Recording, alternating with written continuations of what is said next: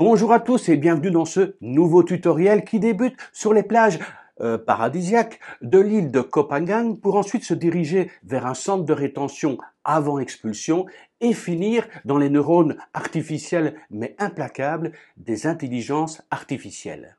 Vous allez me dire, mais Olivier, quel rapport? Vous allez voir, dans ce tuto, vous allez voir que tout est relié. Alors pourquoi je parle de Koh Phangan? Beaucoup de gens connaissent cette île parce que c'est là qu'ont lieu les fameuses Full Moon Parties, dont je ne suis pas du tout partisan, enfin chacun ses goûts, mais les orgies comme ça sur les plages, musique à fond, enfin bref. C'est pour les jeunes, ils aiment, ils apprécient, tant mieux pour eux, mais c'est également un lieu où se retrouvent beaucoup de digital nomades. Je fais juste une petite parenthèse très rapide pour vous rappeler que le travail de digital nomade est tout à fait illégal et l'est toujours en Thaïlande, donc faites attention aux sites qui vous vendent cette destination en disant que c'est le paradis pour digital nomade. Il y a même une chaîne de télévision française qui au moment du Covid a fait un reportage sur un resort qui accueillait plein de digital nomades qui étaient bloqués lors du Covid. Il y en a pas mal qui sont restés sur place et d'autres qui imaginent qu'effectivement, on peut travailler de manière tout à fait légale comme digital nomade en Thaïlande. Et je le rappelle une fois de plus, c'est illégal. Non, ne croyez pas tout ce que vous vendent les vendeurs de rêves, les vendeurs d'artifices comme ça. Vous faites pas avoir, en tout cas par cela. Bon, Koh Phangan, c'est également, à mon avis, j'en parle parce que je pense que c'est un terrain d'essai, ça pourrait être un terrain d'essai par rapport à l'intelligence artificielle qui est mise en place au niveau de pas mal de ministères, entre autres l'immigration, également le ministère des Finances, les banques, voilà. L'intelligence artificielle, on en parle déjà depuis pas mal de temps, j'en parle sur mon autre chaîne YouTube qui est dédiée à ça entre autres, et voilà, on remarque que l'intelligence artificielle s'accélère ici, encore aujourd'hui, pas ChatGPT, mais GPT-3 est passé la version 4 et ça booste encore plus les possibilités. Donc l'intelligence artificielle est en plein boom, il faut pas passer à côté, il faut se renseigner, il faut connaître, il faut comprendre parce que ça va faire partie de notre quotidien. Donc c'est vraiment quelque chose de crucial. Et l'intelligence artificielle, les autorités thaïlandaises ont compris depuis longtemps qu'il y avait un potentiel énorme là-dedans et sont en train de les inclure en tant qu'outils au niveau de leur administration. Alors, un cas concret, et c'est pour ça que je dis que Koh Phangan peut servir de vivier en tant qu'expérience et on le remarque parce que ces derniers jours et ces dernières semaines, il y a eu pas mal d'arrestations. Entre autres, une Française qui s'est fait choper pour 6 jours de dépassement. Une autre Française, plus de 90 jours, un Russe, quasiment 200 jours. Ben voilà, ils chopent. Et là, c'est pas de cadeau, c'est centre de rétention, ensuite expulsion avec tous les emmerdements, les problèmes qui vont avec. Alors vous allez me dire, mais Olivier, quel est le rapport entre les contrôles, les dépassements de visa et l'intelligence artificielle? Mais il faut savoir que maintenant, l'immigration a des voitures banalisées équipées de caméras à reconnaissance faciale. Ces caméras sont capables de détecter, scanner des visages en une fraction de seconde et ensuite de signaler directement aux officiers en civil qui sont dans la voiture banalisée, de leur dire attention, cette personne s'appelle, voilà, c'est son nom et son visa est dépassé depuis autant de temps. C'est une fraction de seconde. Donc les voitures se baladent bien gentiment dans les rues et la caméra discrète scanne toutes les personnes qu'elle croise et automatiquement, ça leur permet d'arrêter aussi des Thaïlandais qui sont recherchés par la justice, mais ça scanne tout le monde, y compris les touristes, y compris les étrangers qui sont en séjour illégal. C'est comme ça qu'il y en a pas mal qui se font choper, arrestation immédiate, ou soit les caméras de surveillance qui sont reliées dans les rues, suivent la personne jusqu'à son endroit où elle réside, où elle dort, à son hôtel, à son resort, et ensuite l'immigration n'a plus qu'à descendre, arrêter la personne directement sur place. Alors ça, c'est pour les dépassements de visa, mais l'intelligence artificielle est également mise en place pour essayer de trouver les gens qui travaillent de manière illégale ou de manière non déclarée, qu'ils soient étrangers ou qu'ils soient thaïlandais. Et j'ai découvert cela en regardant sur les actualités. D'ailleurs, j'ai mis un article aujourd'hui justement sur mon blog expaxiam.com où je parle de l'intelligence artificielle et le ministère des Finances est en train a déjà intégré l'intelligence artificielle comme outil et sont en train de faire des recherches sur les personnes qui travaillent de manière illégale. Alors comment cela se passe concrètement? Première chose, l'intelligence artificielle, apparemment, ils ont commencé un essai, ils sont en train de tester, de scanner Facebook. Alors là, on comprend qu'effectivement, il y avait un travail humain qui était impossible à faire maintenant, mais vous imaginez le potentiel informatique lié à l'intelligence artificielle, vous donnez des directives à l'intelligence artificielle, du style, voilà, maintenant tu vas sur Facebook et tu scannes toutes les pages, pas spécialement les profils personnels, mais uniquement les pages, puisque c'est les pages qui servent à faire la promotion lorsque les gens veulent vendre des produits.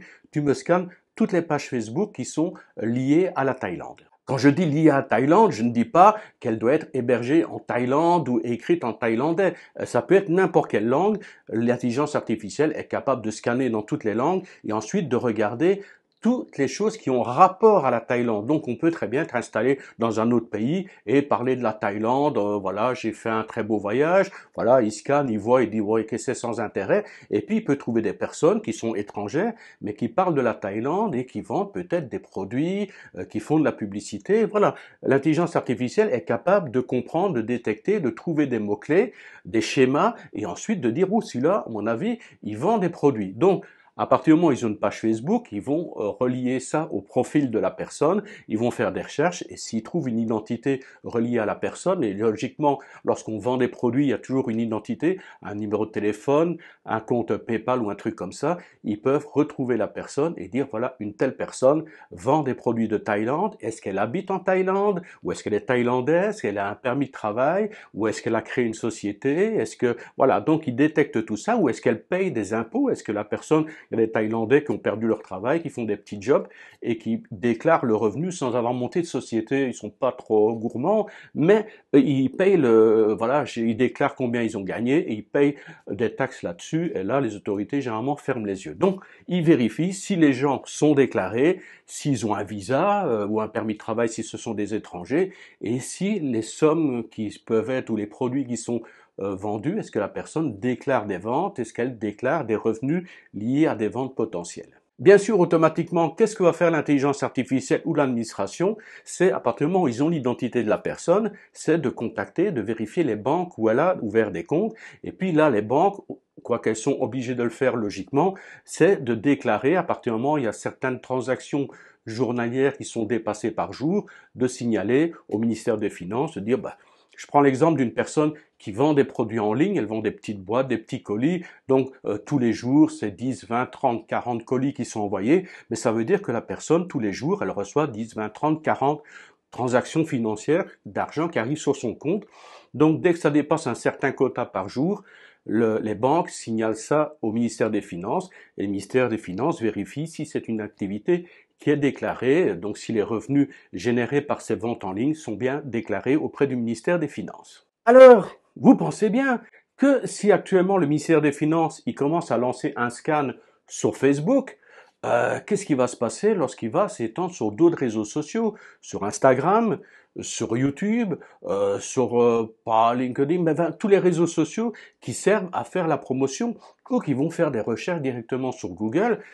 Allez, je vous donne un exemple. Je fais régulièrement des vidéos sur la Thaïlande, enfin un peu moins qu'avant, mais régulièrement sur la Thaïlande. Donc, mon visage est visible à travers les vidéos, mon visage est visible à partir des vignettes et miniatures YouTube que je fais, mon visage est visible à partir de mon compte Instagram. Vous pensez bien qu'à partir du moment où ils ont mon identité, ils vont scanner tous les réseaux sociaux où je peux apparaître.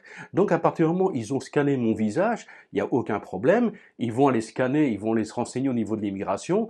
Déjà, scanner ce que je propose, à voir si je vends des produits, si je vends, si j'ai un compte PayPal, si j'ai ceci. Donc, s'il y a tous les signes qui montrent que j'ai une activité commerciale, et ensuite, si effectivement je suis lié à une activité commerciale, si dans mes discours, parce que intelligence artificielle, ça veut dire, regardez, vous êtes sur YouTube, automatiquement, il peut écouter ce que vous dites, trouver les mots-clés et dire oui, il y a la promotion de tel produit, la promotion, donc on peut imaginer de l'affiliation ou il y a carrément de la vente de produits. Donc à ce moment-là, l'intelligence artificielle va avoir ma photo, va aller voir directement au niveau de l'immigration et voir quel type de visa j'ai, si j'ai une société, si j'ai un permis de travail, si mon permis de travail, à quelle activité c'est lié, et si effectivement l'activité dont je fais la promotion sur YouTube, Facebook, Instagram ou autre, est bien reliée à l'activité qui est dénommée sur mon permis de travail.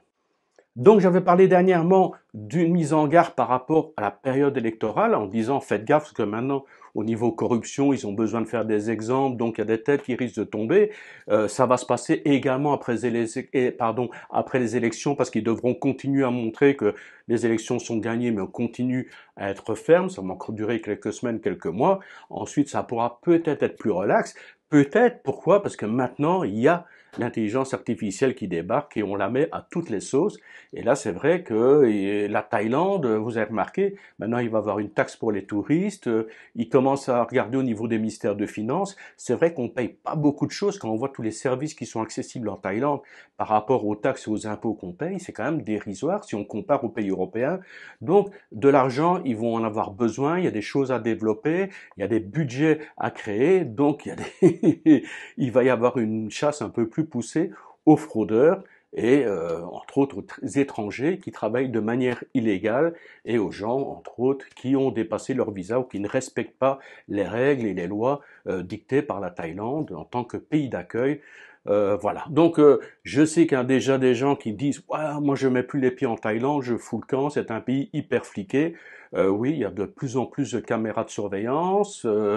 On n'en est pas au modèle chinois où on est arrêté parce qu'on a eu une façon de penser qui était un petit peu différente des exigences gouvernementales.